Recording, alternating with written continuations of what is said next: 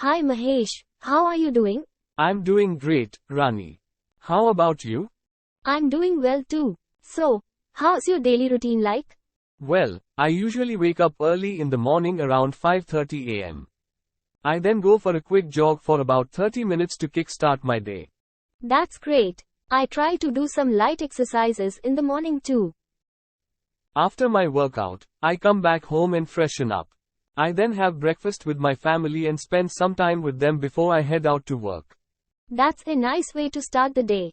What's your work routine like? My work routine is pretty busy. I have a lot of meetings, shoots, and other engagements. I usually work for about 10 to 12 hours a day. Wow, that's a lot of work. How do you manage to stay energized throughout the day? Well, I try to take short breaks in between my work to relax and recharge. I also make sure to eat healthy meals and stay hydrated.